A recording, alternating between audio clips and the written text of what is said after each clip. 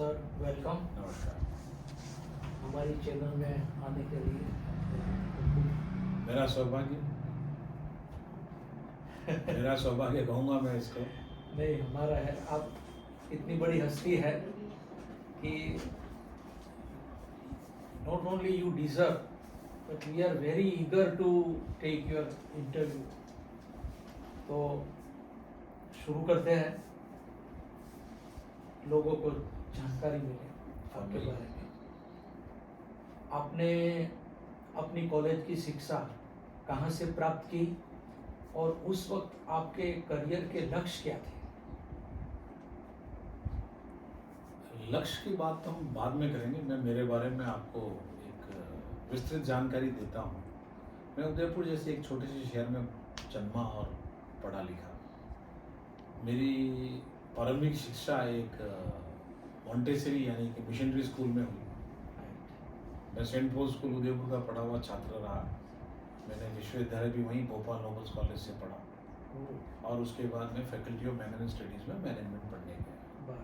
ये 3 डिग्रियाँ लेने के पश्चात जैसे हर कोई काम करने निकलता है, तो हमारे ज़माने में इतनी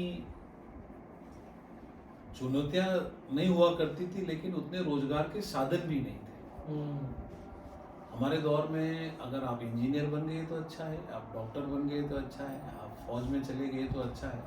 तो जब हम कॉलेज में आए तो हमारा भी एक ही मन था कि फौज में जाएंगे। अच्छा। क्योंकि हमारे बड़े भाई फौज में थे, तो उनको देख के लगता था कि फौज में भी नौकरी अच्छी होती है। और प्रारंभिक शिक्षा के साथ जिस व्यवस्था में पढ़े वो बड़ी चैलेंजिंग व्यवस्था थी। बड़ी डायनामिज्म था उस जमाने के हिसाब से, उस दौर के हिसाब से, उस शहर के हिसाब से। बड़ा एडवांस स्कूल था, बड़ा एडवांस स्कूल था। तो हमें लगता था कि यहाँ पढ़ने के बाद तो कुछ हमारी जिंदगी का हो ही जाएगा। सही बात। क्योंकि व्यवस्था ऐसी थी। आजकल के स्कूल बच्चों से डिमांड नहीं करते, हमारा स्कूल हमसे डिमांड करता था। और हम उन स्कूल में पढ़े जहाँ हम पूरे दिन स्कूल में ही रहा करते थे और स्कूल से ही खेल के घर लौटते थे। राइट। हमारी परवरिश इतने अच्छे माहौल में हुई कि हमें कभी घर पे रहने की इच्छा ही नहीं करी। हम घर से ज़्यादा स्कूल में खुश रहते थे। आज का बच्चा घर पे खुश रहता है, हमारे दौर में हम हमारे स्कूल में खुश रहा करते थे। हमारे एक बड़े चर्चित प्रिंसिपल हुआ करते थे उस दौर के, फादर एविटो कुटीनो, जिनको उस जमाने में हम बड़ा कोसते थे उनकी हार्डशिप की वजह से, उनके दिए गए पनिशमेंट की वजह से। लेकिन जैसे जैसे लोग अपनी ज़िंदगी में कुछ बनते गए, मेरे से पहले वाले जो विद्यार्थी स्कूल से निकले, कई छात्र सन 59 का चालू किया हुआ उनका स्कूल था। हम जब पहुँचे तब वो सन 70 था। हम जब पढ़ के निकले तब सन 79 था। तो मेरा ये मानना है कि उस स्कूल ने उस शहर को बहुत कुछ दिया।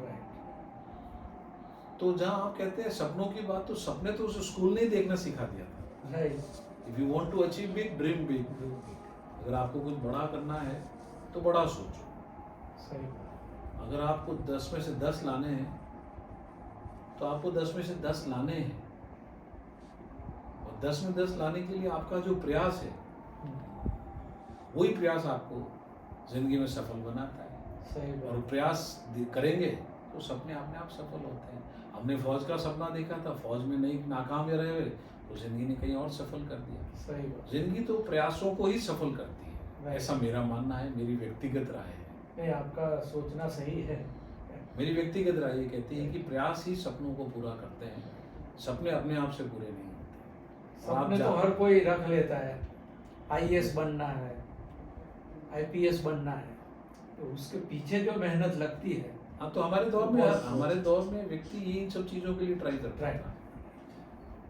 वो पढ़ाई इस हिसाब से करता था कि मेरी पढ़ाई के माध्यम से मुझे कुछ हासिल हो जाए, मैं डॉक्टर बन जाऊँ, मैं इंजीनियर बन जाऊँ, या मैं चार्टेड अकाउंटेंट बन जाऊँ, या मैं आईएएस या सिविल सर्विस में चला जाऊँ। यही होते थे। आज तो बहुत सारे ऑप्शंस है स्टूडेंट्स के पास, बहुत बढ़ गए, बहुत ऑप्शंस बढ़ गए। आज 12वीं क्लास पास करते करते आदमी के पास कई ऑफर्स होते हैं, कई अपॉर्चुनिटीज होती है। संघर्ष तो वो का वही है, उस दिन के छात्र का और आज के छात्र का। सही तो आज बात। के छात्र के संघर्ष में सुविधाएं हो गई है, हाँ, आज के छात्र का संघर्ष बड़ा आसान हो गया है। आसान हो गया। आसान कैसे है, वो आप पूछेंगे कैसे हो गया। आप कंप्यूटर बताइए। कंप्यूटर की मदद हो हाँ, गई, राइट। मोबाइल की मदद हो गई, यस। रेडीमेड प्रोजेक्ट्स मिलने लगे बाजार में, पेरेंट्स खरीद के लाके प्रोजेक्ट बच्चों को देने सही लगे, बात है। देने लगे। हर बच्चा 100 में से 100 लाता है, 100 में से 99 लाता है। नहीं, हमें बड़ा अच्छा लगता है, वो शांत होता है। पर मैं आपको इसमें आपका एक ध्यान मेरी आपका आकर्षित करना चाहूँगा। बताइए। आईफोन नाम की एक कंपनी है, एप्पल करके, उसने एक टेलीफोन का इजाद किया, एक आईपैड का इजाद किया, लैपटॉप का इजाद किया, एक ऐसी मशीन इजाद कर दी जिसको 3 साल का बच्चा भी उंगली चला के चला चला देता है। देता है। और माँ बाप ये भ्रम पाले हुए हैं कि हमारा बच्चा होशियार है। स्मार्ट बन गया। सही बात होशियार तो वो कंपनी है कि उन्होंने अपने उस गैजेट को इतना स्मार्ट बनाया कि एक 3 साल का बच्चा भी उंगली चला के उसको। है, ऑपरेट कर लेता है। सही तो दिस मिसअंडरस्टैंडिंग और misconception is going to the head of the parents Parents. कि my son is a smart boy because he is smarting all smart gadgets. तो पेरेंट्स के दिमाग में एक मिथ्या शुरू से डेवलप हो रही है, हमारा बच्चा तो बहुत होशियार है। But I think that is very harmful This in is the how- long run. In the long run. That is what I feel in a personal capacity. तो fields are more important. Yeah. Coming back to the main question, मेरे क्या सपने थे? Hmm. लड़कपन में sir सपने तो कम देखते हैं, ख्वाहिशें ज़्यादा होती हैं। हाँ, सपने तो कम देखते हैं, ख्वाहिशें ज़्यादा होती है। वो लोग ख्वाहिशों को सपनों का रूप देते हैं। रूप दे देते हैं। सही बात। तो जैसे जैसे समझ आने लगती है आदमी की और मार्गदर्शन माता पिता का होता है, तो मालूम पड़ता है कि इन ख्वाहिशों को पूरा करने के लिए सपना देखना पड़ता है, हम्म। और उन ख्वाहिशों को पूरा करने के लिए भी सपना पूरा करना पड़ता है, और सपना पूरा करने के लिए प्रयास करने पड़ते हैं। Right. तो life is inversely proportional, dreams are inversely proportional to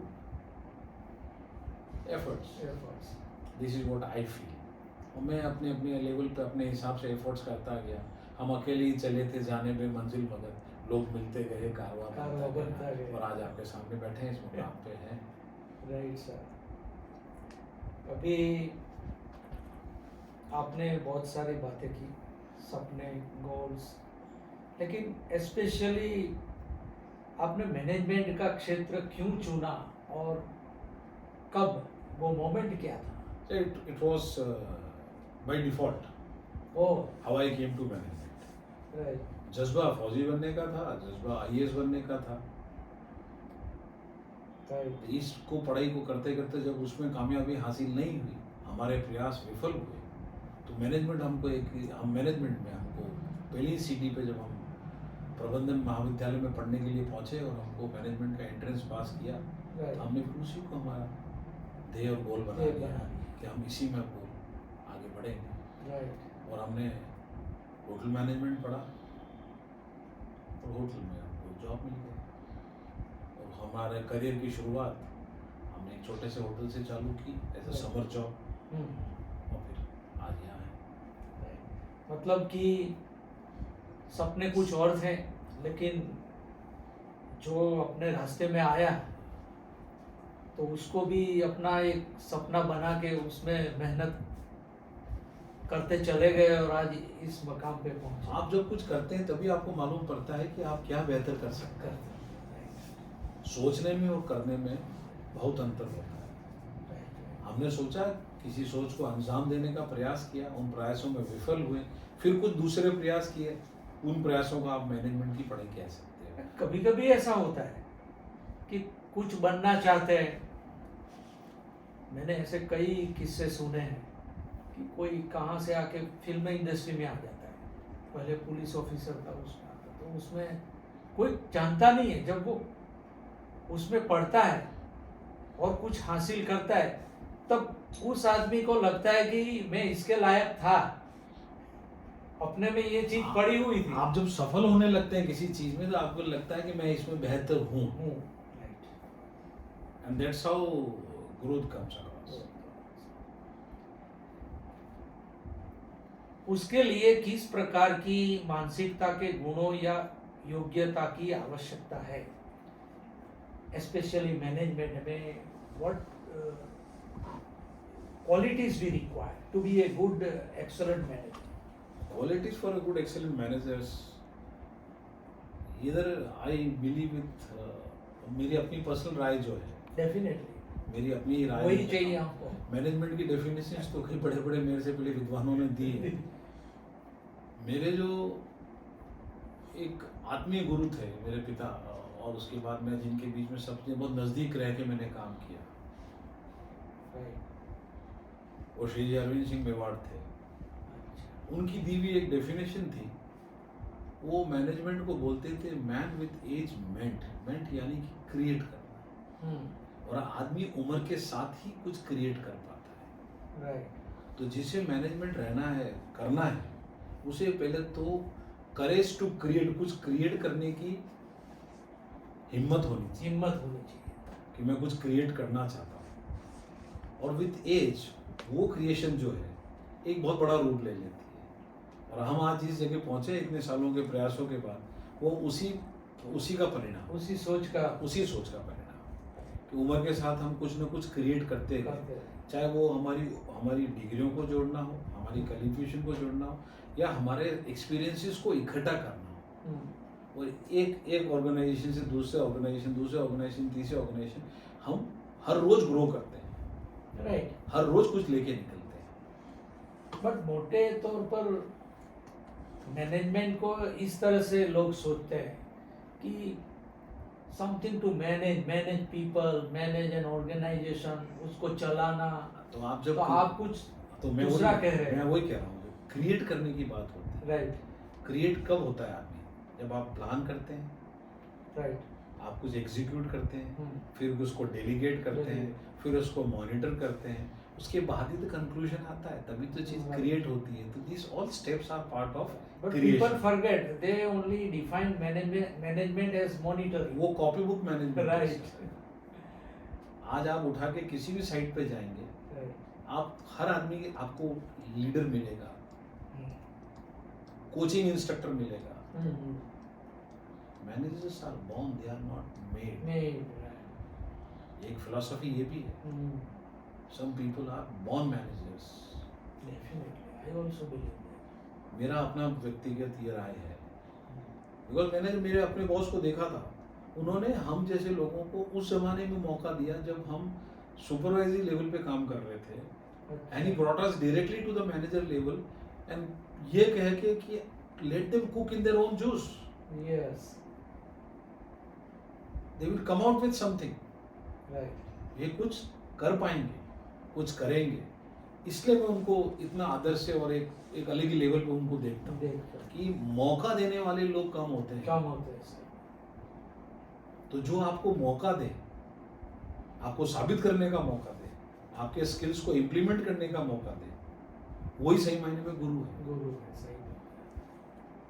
अगर आपको अपॉर्चुनिटीज ही ना दी जाए, अगर आज अगर मैं उस स्तर पे पहुंच चुका हूँ कि आज अगर वो मेरे को डिसोन भी करते हैं, राइट, तो मैं अपने आप को एकलव्य मानने को तैयार हूँ. राइट. कह रहे तुम उस लेवल पे नहीं पहुंच पाए, इसलिए मैं तुम्हें डिसोन करता हूँ. हम खुद ही कर लेंगे.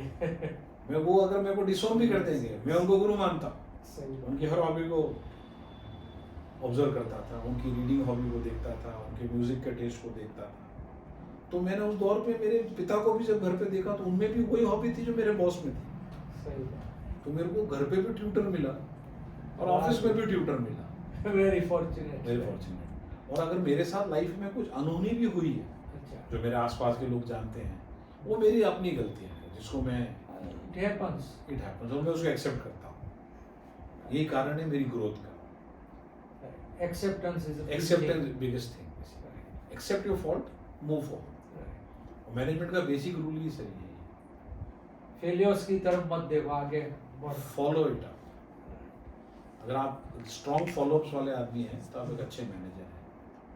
अगर आपका फॉलोअप पुअर है तो आप पुअर मैनेजर हैं. आप आपने बहुत ही बढ़िया वो जो मैनेजमेंट की परिभाषा है दी. ये जो कॉर्पोरेट हॉस्पिटल्स होती है उससे, और जो उसमें जो आपका एक जनरल मैनेजर या ऑपरेशनल मैनेजर के तौर पर क्या रोल होता है? सर देखिए, इसके अंदर ऐसा है, ऑपरेशंस जो है वो चाहे एक हेल्थ सेंटर का हो, एक नर्सिंग होम का हो, चाहे कॉर्पोरेट हॉस्पिटल का हो, इट शुड रन स्मूथली, वो स्मूथ, हर आदमी की अपेक्षा ही होती है कि वो स्मूथ चलना चलना चाहिए। चाहिए। अब वो होता क्या है वो मैं आपसे बताता हूँ कि ऑपरेशन मैनेजर करता क्या है। हम्म, क्लिनिकल मैनेजमेंट के अलावा जितनी भी चीज़ें एक अस्पताल के अंदर होती हैं, चाहे वो हेल्थ सेंटर में हो हम्म, या किसी निजी नर्सिंग होम में हो या किसी कॉर्पोरेट हॉस्पिटल में हो, right, क्लिनिकल प्रैक्टिसेस के अलावा जितनी भी सर्विसेज होती है वो ऑपरेशंस की जिम्मेदारी होती है। हम्म, और कॉर्पोरेट हॉस्पिटल्स और सिंप्लीफाई करता है इसको by investing more focus on operational activities. अच्छा, वही एक्टिविटीज की एक्सपेक्टेशंस अपन लोगों की सरकारी अस्पतालों से भी होती है, हेल्थ सेंटर से भी होती है, नर्सिंग होम से भी होती है, कॉर्पोरेट हॉस्पिटल से भी होती है। पर हम चर्चा सिर्फ उन्हीं की करते हैं जो साइज में बड़े होते हैं। या राइट, तो एक ऑपरेशन मैनेजर, एक मैनेजर जो हेल्थ सेंटर में काम करता है, उसका ही विस्तृत रूप है वो कॉर्पोरेट हॉस्पिटल में करता है। इसमें कोई बहुत बड़ी रॉकेट साइंस नहीं है। his responsibilities are more wide. Larger picture देखते हैं आप वही वाली बात है कि आप टेबल 2 का लिखते हैं या 20 का लिखते हैं, हाँ, आगे एक जीरो एक्स्ट्रा बढ़ता जाता है। So it's like multiplication of the same Do you activities. have to manage day-to-day affairs? Yes, we have to basically have a surveillance eye on day-to-day operations. A good leader Right. leaves it to his team and always do a surveillance. अच्छा, A surveillance eye होता है उसका. He sure with his SOPs. SOPs यानी कि standard operating procedures Procedures. laid down by an operation manager in context to the vision of the company. company, right. Every hospital has a different vision. Every company has a different vision. Accordingly वो अपना structure खड़ा करते हैं. कोई government से PPP module पे होता है, हाँ. कोई इंडिविजुअल ओनर्स का ड्रिवन होता है, कोई ट्रेजरी केयर का होता है. हाँ. तो there are different categories of hospitals in corporate also. Right. So हर बेसिक आपको ये देखना है कि हॉस्पिटल तो हॉस्पिटल होता है, Right. हॉस्पिटल होता है. तब उस हॉस्पिटल को आप जब छोटा कर देंगे तो वो हेल्थ सेंटर Health center हो जाता है. उसको थोड़ा बड़ा करेंगे तो नर्सिंग होम हो जाएगा. Right. सुविधाएं बढ़ती जाएगी और उसकी डेफिनेशन बदलती जाएगी. जैसे आज बहुत सारे मल्टी स्पेशलिटी हॉस्पिटल्स हैं, हाँ, तो वो निजी भी हैं और कॉर्पोरेट भी हाँ, हैं. निजी भी है. उसमें से आप देखेंगे कुछ निजी भी हैं, कुछ कॉर्पोरेट भी हैं. अब तो इक्विटीज में पब्लिक का होती है. अब तो पीपीपी इक्विटी बेस्ड हाँ, कंपनीज आ equity गई. based भी होती है. So people are buying stakes. दूसरी कंपनियां अपने हॉस्पिटल क्रिएट कर रही है, चेन ऑफ हॉस्पिटल क्रिएट कर रही है. उसमें उन सब हॉस्पिटल को चलाने के लिए एक डिपार्टमेंट पर्टिकुलर होता है जो ऑपरेशंस होता है, वो उसका मैं हिस्सा रहा हूँ. Right. आप ऑपरेशन संबंधित जो भी चीज मेरे से पूछना चाहेंगे मैं आपको बिल्कुल बहुत सही तरीके से आपको बता सकता हूँ. That's your job. That's my job. Totally. So I can speak on my job for hours given a chance. Right. I can explain each and everything how a corporate office operations are functional. Say for example, starting from the entrance of a hospital. A patient get down from a car. Right. Patient जब car से उतरता है तो वो team operation का guard ही होता है number 1, Right. जो उसको गाइड करता है. Right. वो उसकी एक्टिविटी भी मेरे से कनेक्ट होती है. Right. उसको सही रास्ता बताने वाला, वहाँ से व्हील चेयर पे उसको बिठा के असिस्ट करने वाला, वो भी ऑपरेशन का बंदा होता है, जो उसकी व्हील चेयर को पुश करके डॉक्टर तक लेके आता है. Right. उसको वापस डायग्नोस्टिक में ले जाके डायग्नोस्टिक में जो बेसिक कस्टमर केयर सर्विसेज होती है वो सब ऑपरेशंस देखता है. उसके बाद So everything is planned out. Everything they have step layouts. तो पेशेंट के लैंड होने से लेके डिस्चार्ज तक ऑपरेशन 100% इन्वॉल्व रहता है उसकी डे टू डे एक्टिविटीज में. ड्यूरिंग हिज एडमिशन उसका खाना पीना, रहना, स्नान, ध्यान, उसका uniform. In short, In short, you it's can a guidebook for running the whole hospital. How to? I tell you, we do all intangible activities. आप Oh इस my वर्ड को God. हाईलाइट कीजिएगा. Hmm. लोग हमेशा tangible चीजों को, tangible are things which can be measured. Right. Operation जितनी भी एक्टिविटीज करता है वो सारी इंटेंजिबल एक्टिविटीज है. Right. ये हर चीज को समझना रहेगा हर इंडस्ट्री के अंदर।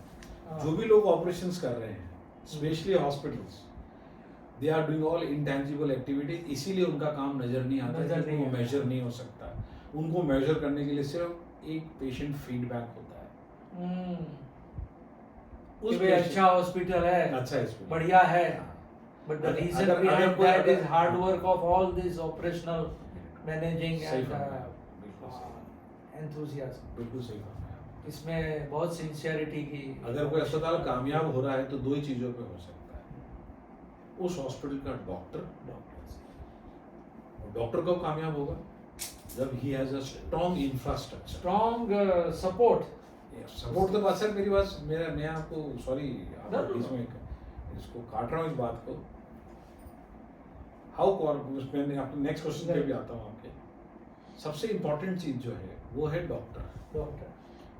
The clinical excellence of a doctor is the most Clinical important thing expertise, experience. for a that is success important. of any institution. Right. Second चीज आती है, उस डॉक्टर को अगर हम उतना ही स्ट्रॉन्ग इंफ्रास्ट्रक्चर दे देते हैं तो उसका क्लिनिकल एक्सीलेंस और मल्टीप्लाई हो जाता है Right, definitely. With the best of the resources. उसके बाद अगर आप उसके ऊपर बहुत अच्छा सपोर्ट सिस्टम दे देते हैं ऑपरेशंस का, तो फिर वो नेवर एंडिंग प्रोसेस है, success is there, There. Granted. Granted. आप मान सकते हैं कि उसको कोई फेल नहीं कर सकता। तो इसीलिए अब जो कॉर्पोरेट हॉस्पिटल्स आ रहे हैं वो इंफ्रा पे फोकस कर रहे हैं, पेशेंट सेंट्रिक बोलते हैं सर्विसेज को डेवलप करते वक्त। Right. पेशेंट सेंट्रिक क्यों बोलते हैं वो लोग? कि जो भी एक्टिविटी प्लान करो वो सब पेशेंट को देखते हुए उसके आसपास की चीजों को उस तरह व्यवस्था करो, चाहे उसका प्रोसेस फ्लो हो, पेशेंट का मूवमेंट हो, Right. वो सब कन्वीनियंस पे पेशेंट ही आगे होना चाहिए, patient first. Right. Patient wheel chair उतरते मिल गई Hmm. तो यू आर हैप्पी मैन, अरे यार घर ही से आया था, घर से मैं तो परेशान था, मूड में था, Right. आते मेरे को अटेंडेंट मिला to push my wheelchair, तो हमने उसको व्हील चेयर दे दिया। व्हील चेयर से आया, डॉक्टर के केबिन के बाहर आया, फाइल दिया, उसका प्री अपॉइंटमेंट था, उसको फाइल तैयार मिल गया, डॉक्टर को अंदर लिया, डॉक्टर ने डायग्नोस्टिक लिखा, डायग्नोस्टिक हुआ। He feels very homely, comfortable feel करता है। हाँ बिल्कुल सही कहा आपने। Then only he will come next time. वो अगर आना पड़ा वो तो। सीक्वेंस ऑफ सर्विसेज अगर ऑर्गेनाइज्ड हुई हुई। तो वो तो किसी को भी रिकमेंड करेगा। हाँ। यार मैं गया था बिल्कुल ठीक हो गया, तुम भी जाओ यार, इट्स अ वंडरफुल प्लेस। सही बात it doesn't look that you are being treated. है। आप बीमार नहीं लगते हो, अपने आप को आदत है, आपका बीमार उसी से ठीक हो जाता ठीक है। हो जाता है। Proper care, attention के। अटेंशन इज द सही मोस्ट बात इंपॉर्टेंट है। थिंग। हमें कुछ अच्छी या बुरी दिलचस्प घटनाओं के बारे में बताएं जिन्होंने आपको अधिक प्रेरित किया और इन दोनों क्षेत्रों में स्थायी प्रभाव डाला आपके पास। जैसे होटल में आपका बहुत बड़ा अनुभव है। होटल में तो सर मैं जिस कंपनी के लिए काम करता था उसका पंचलाइन बड़ा अच्छा था।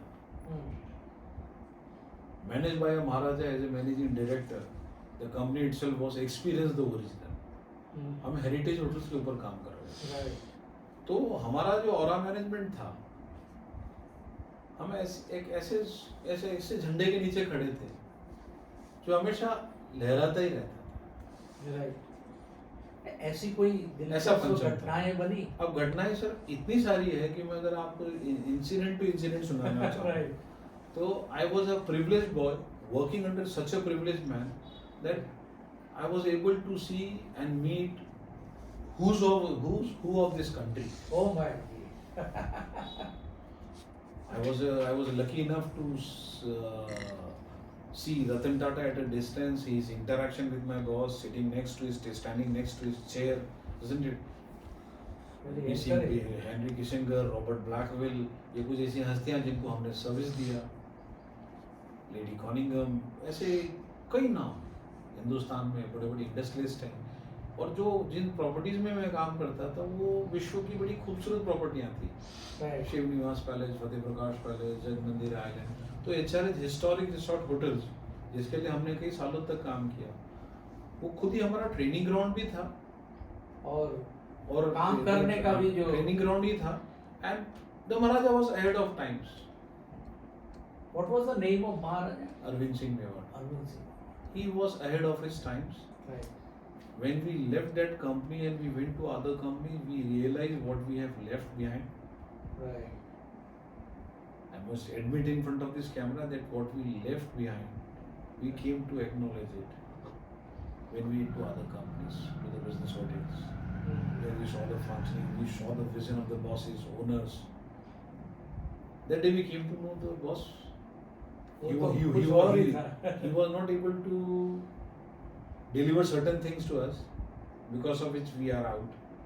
But the knowledge and the information what we attained at his properties were commendable. And those were the tools and practices till date which is helping us in surviving. वो अद्भुत एक्सपीरियंस आपको जो मिले, और जो अस्पताल में ऐसे कोई अनुभव रहे? Experience in the hospital एक ऐसी चीज है, से बताऊँ, when I came in with a very dejected mood where let's do something into facilities. I came to hospital considering that I will do something into facilities. Because facilities सबको चाहिए, hospital को, mall को, hotels को, everybody wants facilities. So I was playing my second inning, I thought hospital would be a better place to play into facilities. हम जब facilities का सोच के hospital में आए थे तो होटल वाले सारे डिपार्टमेंट हॉस्पिटल में थे. अच्छा.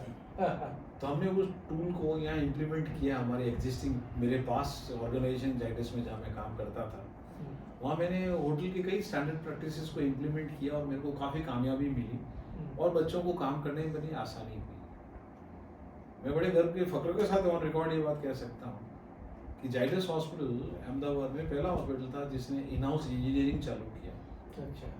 I was not in favor of having a contractual staff in my engineering. Engineering is a backbone of any hotel, any hospital, any building. तो हमने in-house team develop किया कि कोई ठेकेदार का आदमी नहीं होगा, हमारी इंजीनियरिंग हमारी टीम चलाएगी. उसी तरीके से फिर हमने हमारा F&B डेवलप किया. फूड एंड बेवरेज जो है हम खुद चलाएंगे, हम किसी कॉन्ट्रैक्टर को नहीं देंगे. हमारी डाइटिशियंस, हमारे फूड डिपार्टमेंट, उसी तरीके से हमने हमारे इन-हाउस हाउसकीपर लाए. हमने सिंपली सफाई के लिए ठेकेदारों को काम नहीं देंगे, तुम आओ झाड़ू लगाओ चले जाओ. So it started getting a very personal feel to the people who used to stay there. And they are more loyal. It's not matter of loyalty, sir. What happens when there is a contractor in any of the services? Yeah. I'll give you a technical point on it. एक बड़ा technical reason बताता हूँ contractual services में और in house services में क्या difference होता है. Over the period of time people start developing ownership. Gradually लोग अपने डिपार्टमेंट को ओन करने लगते हैं और अपनी पर्सनल रेपो से जोड़ने लगते हैं. और कॉन्ट्रैक्चुअल को क्या होता है, कॉन्ट्रैक्टर क्या बोलता है, आज तुम ये साइट देख लो, परसों वहाँ प्रॉब्लम आ रही, यहाँ की इंपॉर्टेंट सुपरवाइजर को उठा के दूसरी साइट पे भेज देता, आपके यहाँ वैक्यूम क्रिएट हो जाता है. तो एक सिनर्जी जो रिक्वायर्ड होती है एक सिस्टम को चलाने के लिए, that synergy is missing. So you have to have a, even तो कॉन्ट्रैक्चुअल में भी हम तो ये कोशिश करते थे, people who used to continue for more than 2 years और 3 years, हम उनको रिवॉर्ड करते थे. अच्छा. ये ठेकेदार का आदमी लेकिन फिर भी 3 साल से हमारे साथ है तो हम उसको अलग से इंसेंटिव दिलवाते थे, उसको प्रायोरिटी रखते थे, उनको प्रमोट करके सुपरवाइजर लेवल पे लाते थे, भले कॉन्ट्रैक्टर के रोल में लाते थे लेकिन we used to promote them. तो सर क्या होता है कि मेरा जो हॉस्पिटल का अनुभव ये कहता है, मैं होटल से आया था, मेरे लिए नया सब्जेक्ट था. हम जैसे चीज़ों को रिव्यू होटल में करते थे वैसे हम डिपार्टमेंट्स को रिव्यू करते थे. Gradually I started enjoyed, I and up doing another 7 years in a hospital. अभी तो कभी कभी ऐसा लगता है कि मैं होटल में था ही नहीं, हॉस्पिटल में था. लेकिन जब होटल वालों से मिलता हूँ तो लगता है मैं होटल में हूँ, हॉस्पिटल में नहीं. तो आप जहाँ पर भी जाते हैं पूरी निष्ठा से अपना ही काम समझते करने लगते हैं. बराबर सर, काम कोई सा भी हो, मैं घर पे भी उतनी लगन से करता हूँ सर काम. सर एक और क्वेश्चन है, किसी भी अन्य क्षेत्र की तरह चिकित्सा विज्ञान भी बड़ी टेक्नोलॉजी हासिल कर रहा है.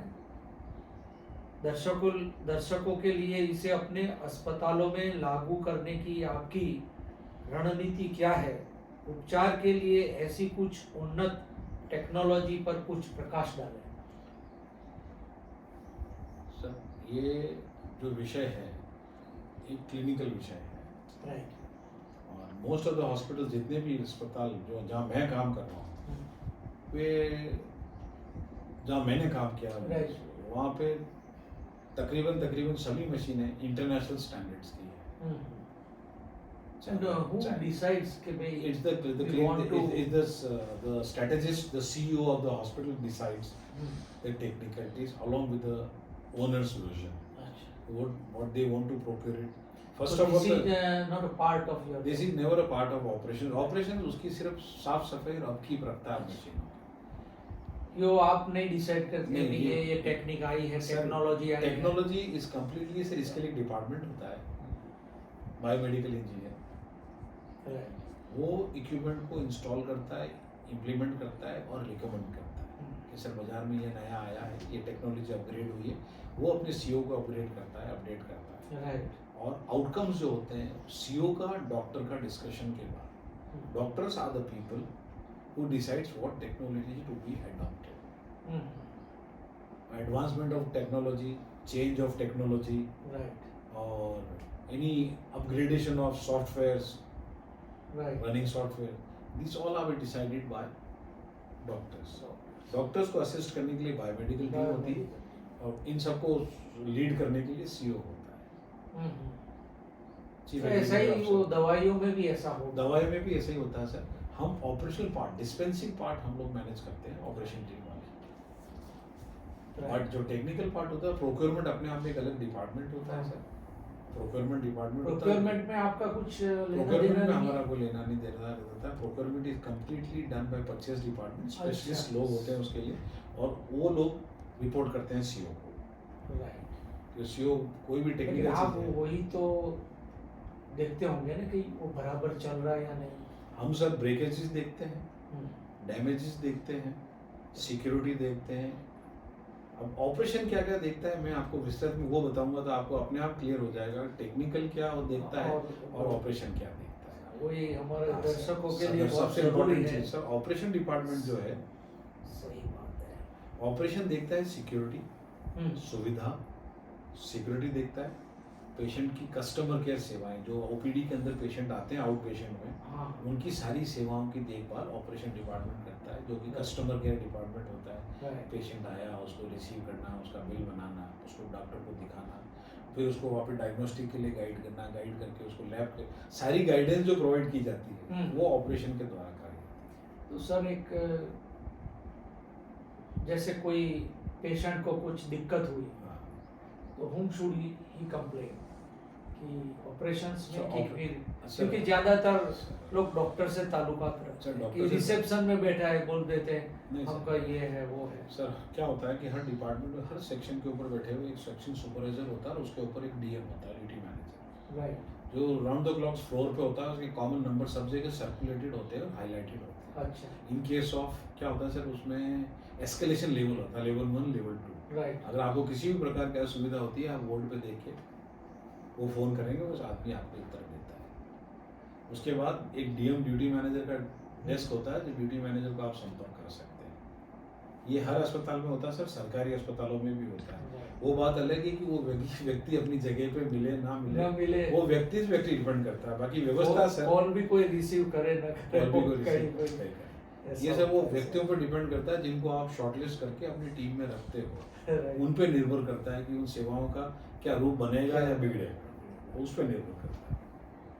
सर जो इंडिया और वर्ल्ड ओवर में कोरोना की भयानक महामारी आई जो वर्ल्ड उसके दौरान आपने उन विभिन्न और कठिन समयों का मैनेजमेंट कैसे किया?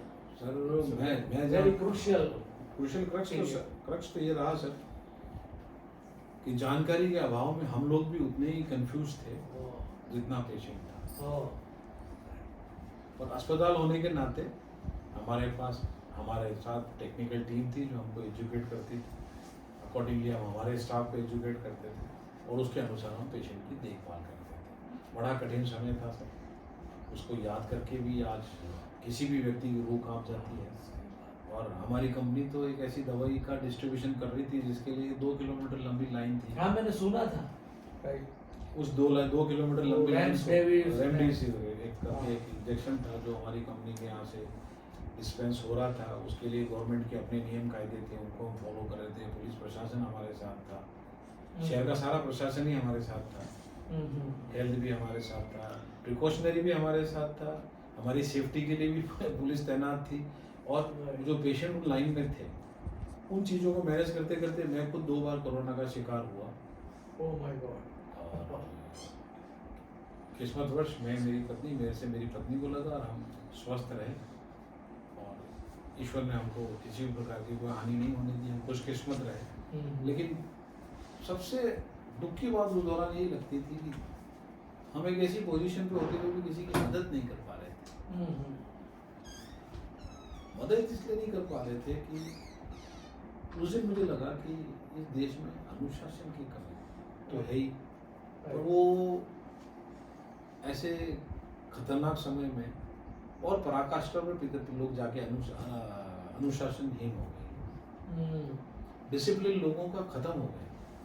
इसलिए इस बीमारी को डील करने में हमें और तकलीफ हुई। अगर हम थोड़ा और इसको समझदारी से और अनुशासित ढंग से करते तो कई लोग और बच सकते थे, और सेवाएं और दुरुस्त तरीके से इस्तेमाल हो सकती थी।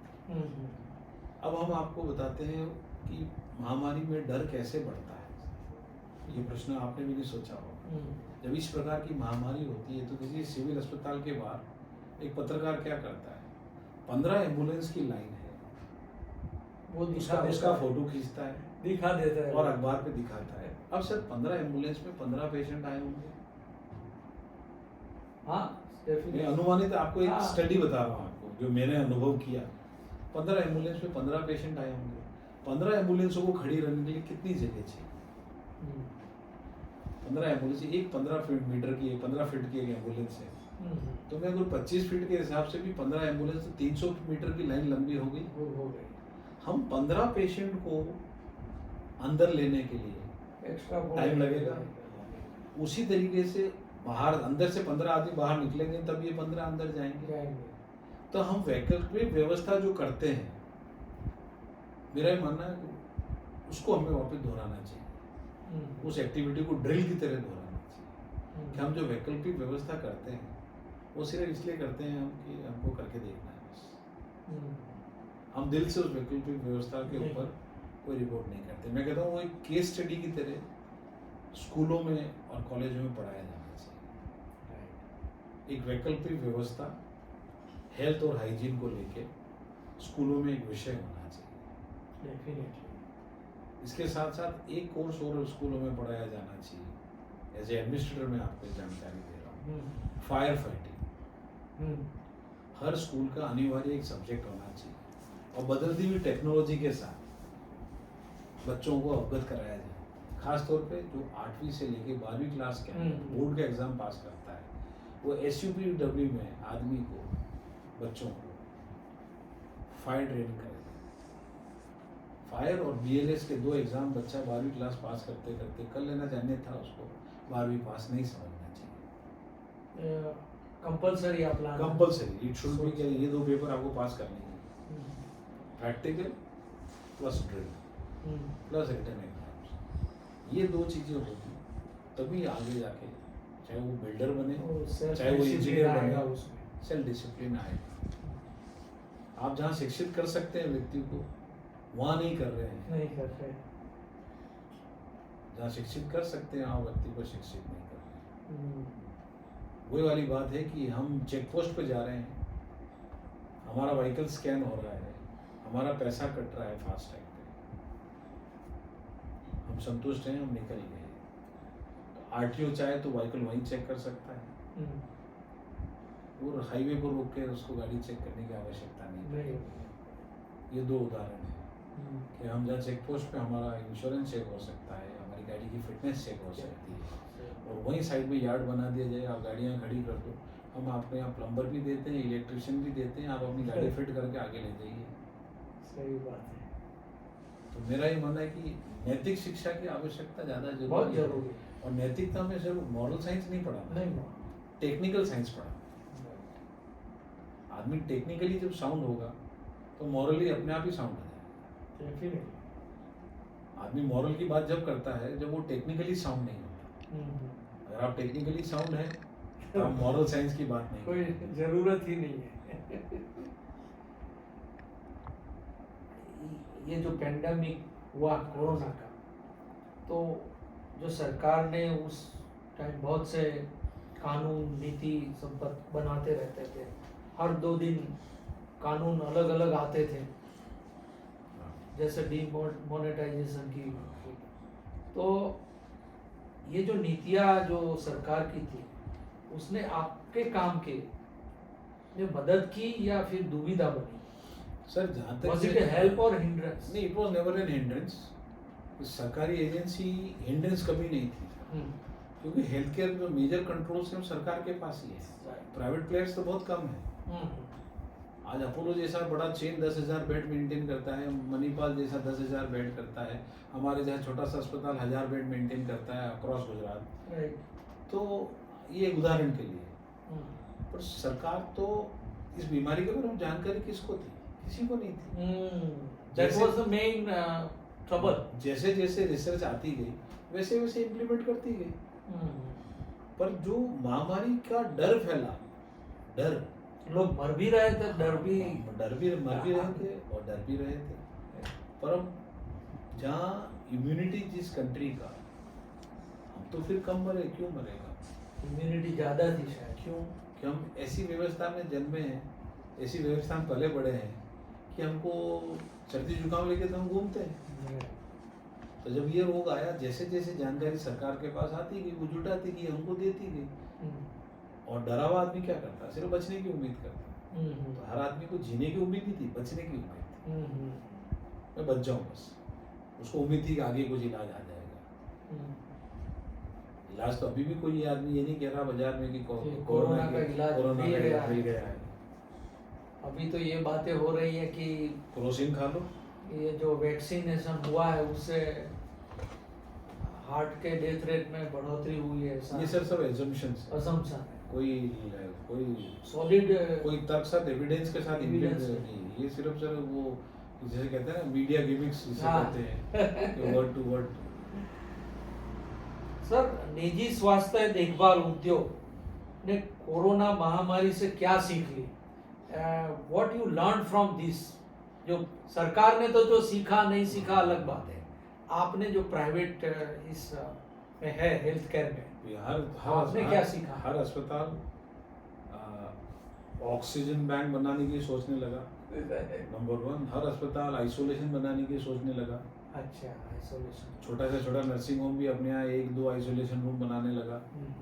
बड़े अस्पताल जिनके पास आईसीयू छोटे थे वो आईसीयू बड़े करने लगे, आइसोलेशन रूम बढ़ाने लगे, ऑक्सीजन जहाँ सिलेंडर्स की खपत, स्टैंड बाई सिलेंडर्स स्टॉक होने लगे। और तो और people have started investing in health care. जिनका इंश्योरेंस 5 लाख का था उन्होंने 25 लाख का करवा दिया। राइट। जो 1 लाख रुपए वाला था वो 2 लाख पे पहुंच गया, जो 25,000 वाला था वो 1 लाख पे पहुंच गया। तो ऑल टुगेदर किसी को बेनिफिट हो नहीं हो, हेल्थ केयर में इंश्योरेंस कंपनीज को जरूर बेनिफिट हुआ। और इससे मैं बेनिफिट तो क्या कहूँगा, इसमें ये है कि लोगों में जागरूकता आई है। हाँ, अवेयरनेस बढ़ गई। जान का भय किसे नहीं होता, उस भय बिन प्रीत नहीं। जब भय आया तो लोगों ने हेल्थ केयर में हेल्थ से, स्वास्थ्य से प्रीत कर ली। और अब नाउ हेल्थ केयर खुद अपने आप में एक नया बिजनेस बन के लोगों ने इसको इंडस्ट्री कहना शुरू कर दिया। उद्योग बोलते हैं। उद्योग बोलते हैं इसको। पर्यटन को उद्योग बनाने में गवर्नमेंट को 50 साल लगे, लेकिन हेल्थ को उद्योग बनाने में सिर्फ 2 साल लगे। आप जो ऑपरेशनल एक्सपेंडिचर होता है किसी भी अस्पताल और एक कैपिटल एक्सपेंडिचर होता है, उसमें संतुलन कैसे बनाया जाता है? Sir capital expenditure, operating expense तो सर एक cost allocation at the time business start जब होता है उसी टाइम कुछ कॉस्ट एलोकेट होती है ऑपरेशंस को। उस कॉस्ट के अंदर ऑपरेशन डिपार्टमेंट को मैनेज करना होता है। उसके अंदर जो कैपेक्स इन्वेस्टमेंट होता है वो ग्रेजुअली आके और जो नई चीज़ें इंट्रोड्यूस करनी होती है भविष्य के लिए, तो कैपेक्स अप्रूवल के साथ, रिटर्न ऑफ इन्वेस्टमेंट के साथ इंक्लूड किया जाता है। लेकिन कुछ कैपेक्स इन्वेस्टमेंट ऐसे होते हैं जो अपने आप स्वतः ही ऑपेक्स हो जाते हैं खरीदते। सही बात है। उदाहरण के लिए जैसे आपको कोई सर्विस इंप्रूवमेंट के लिए कोई चीज़ खरीदनी है, अब सर्विस इंप्रूवमेंट पेशेंट को इनडायरेक्टली मिलेगी लेकिन डायरेक्ट बेनिफिट स्टाफ को मिलेगा। से फॉर एग्जांपल उसको एक मॉप खरीदना है, तो आजकल आधुनिकता में मॉप ट्रॉलीज आ गए हैं, पहले वो बाल्टी तोड़ के चलता था तो 15 किलो की बाल्टी लेके घूमता था, फटीक होता था। आज वो मॉप ट्रॉली लेके चलता है, बाल्टी आता है 100 रुपए का, मॉप ट्रॉली आता है 5000 रुपए का।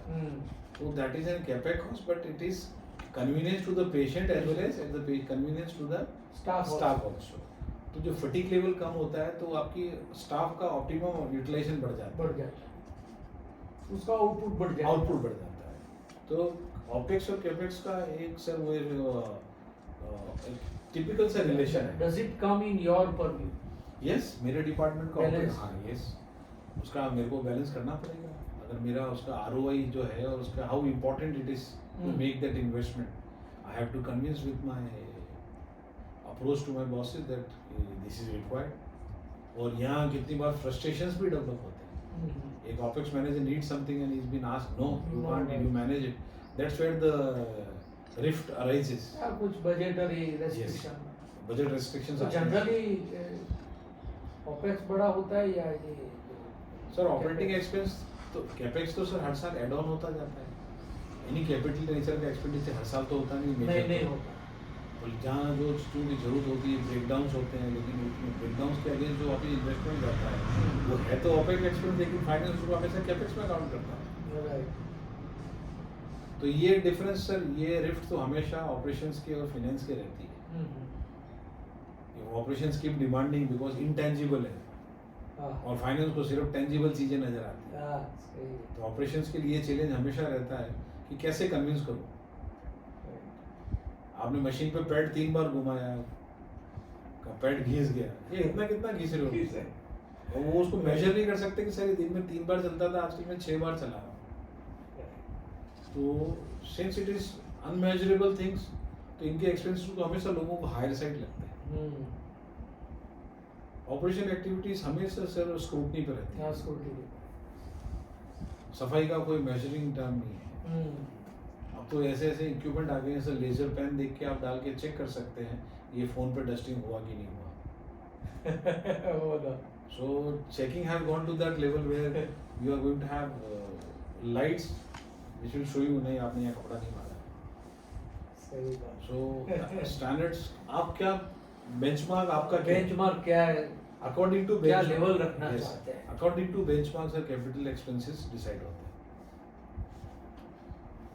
सर एक हॉस्पिटल में जैसे स्पेशली टॉकिंग अबाउट प्राइवेट, एक ब्रांड नेम या फिर सर्विस या फिर द एक्सपर्टाइज ऑफ डॉक्टर्स जो आपने पहले बात की, विच अट्रैक्ट्स मोर? दर्दियों को कौन वो लुभाता है कि भाई हम चाहे तो यहाँ जाए, भले 2 लाख ज़्यादा देना पड़े, समथिंग लाइक दैट। सर वो gradually over the period of time एक हॉस्पिटल वो रैपो डेवलप करता है। कॉर्पोरेट हॉस्पिटल का कल्चर तो पिछले 10 साल से आया है इंडिया में, और कितने लोग उसको अफोर्ड कर सकते हैं? Very few. और गवर्नमेंट जो स्कीम्स लेके आ रही है वो कई कॉर्पोरेट हॉस्पिटल एंटरटेन नहीं करते।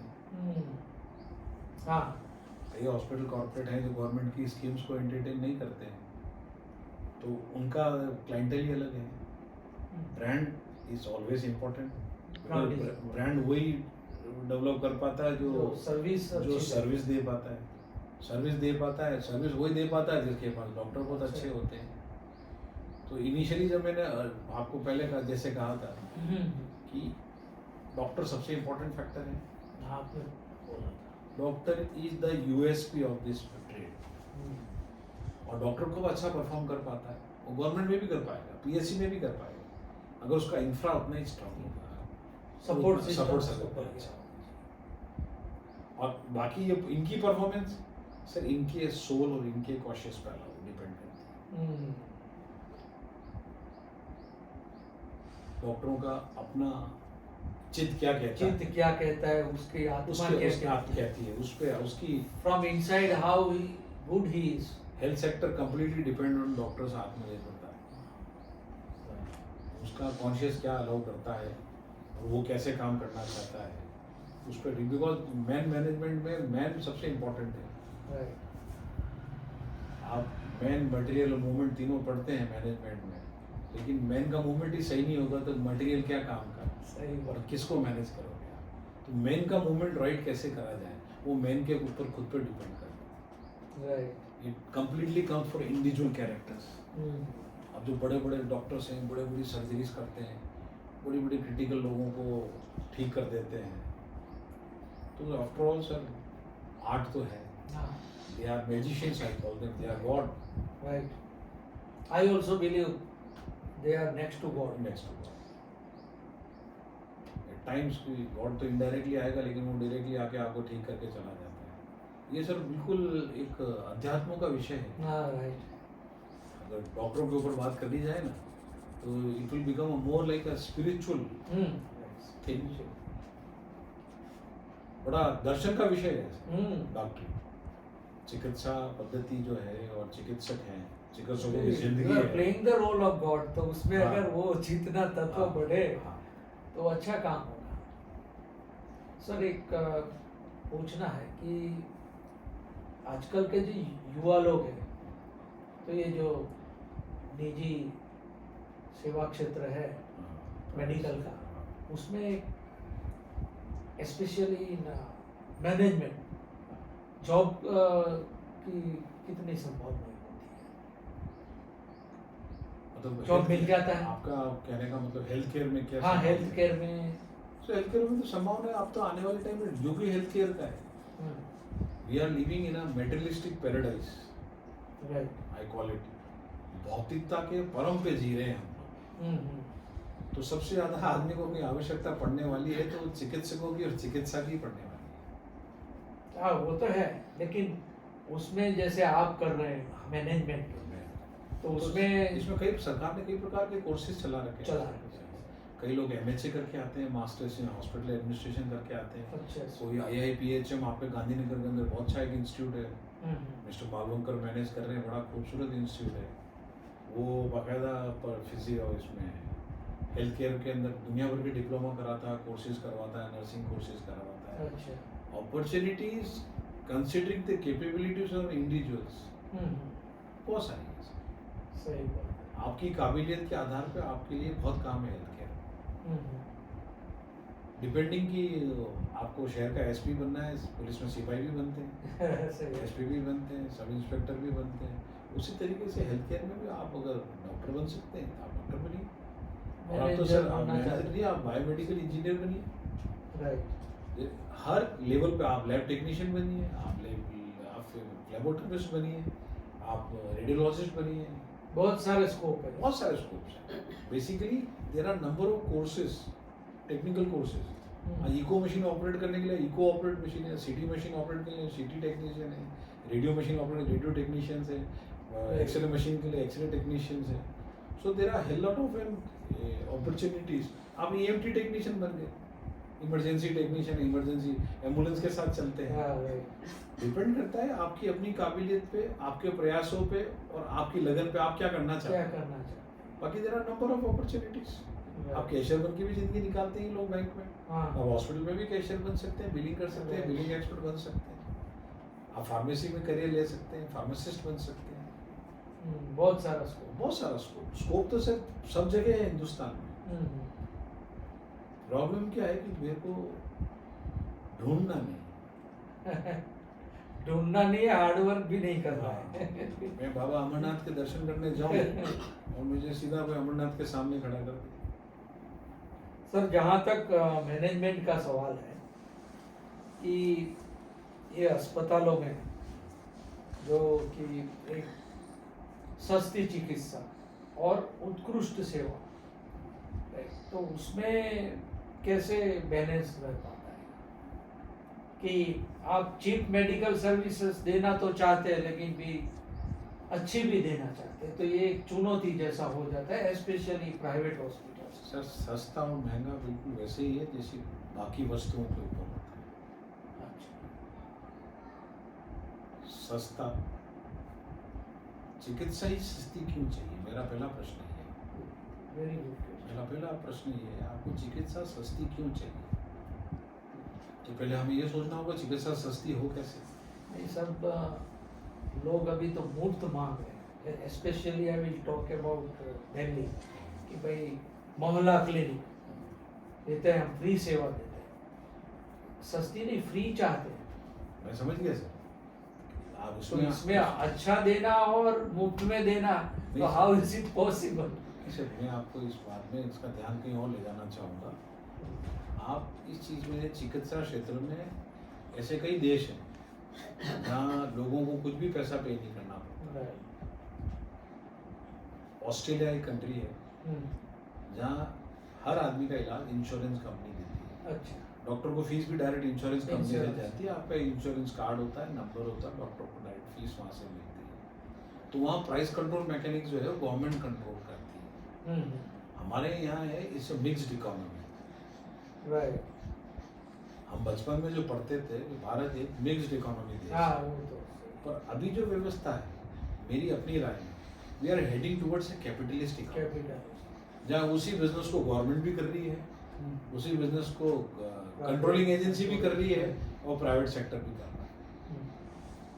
तो ये कंट्राबैंड तो रहेगा कि सस्ता कर दूं, फ्री कर दूं। ये जो फ्री का कल्चर है सर, इसको स्टॉप लगाने की जरूरत है। अगर आपको बेस्ट सर्विस चाहिए तो ये बेस्ट सर्विस तो सर नहीं सर, बेस्ट सर्विस तो आप मिल रही है। ना सर, बेस्ट सर्विस के सिर्फ 3 क्राइटेरिया है। राइट। आम हिंदुस्तानी डिसिप्लिन हो जाए, हाँ, नंबर 1। आम आदमी जो नौकरी कर रहा है वहाँ पे सिंसियर वो सिंसियर हो जाए। आज वीएस हॉस्पिटल की बिल्डिंग जायडेस से बड़ी बिल्डिंग है, यहाँ के किसी भी कॉर्पोरेट हॉस्पिटल से बड़ी है। लोग क्यों नहीं जाते वहाँ? पर आम आदमी जा रहा है ना, जिसको सुविधा मिल रही है वो जा रहा है। लेकिन वहाँ जो काम करने वाला चतुर्थ श्रेणी कर्मचारी है, वहाँ का जो 5वीं श्रेणी का कर्मचारी है, 6ठी श्रेणी का कर्मचारी है, उसको जगाने की जरूरत है। किसी भी इंस्टीट्यूशन में लोग फोकस कर रहे हैं किस पे? डॉक्टर्स पे, मेरे जैसे मैनेजर्स के ऊपर, सीईओस के ऊपर।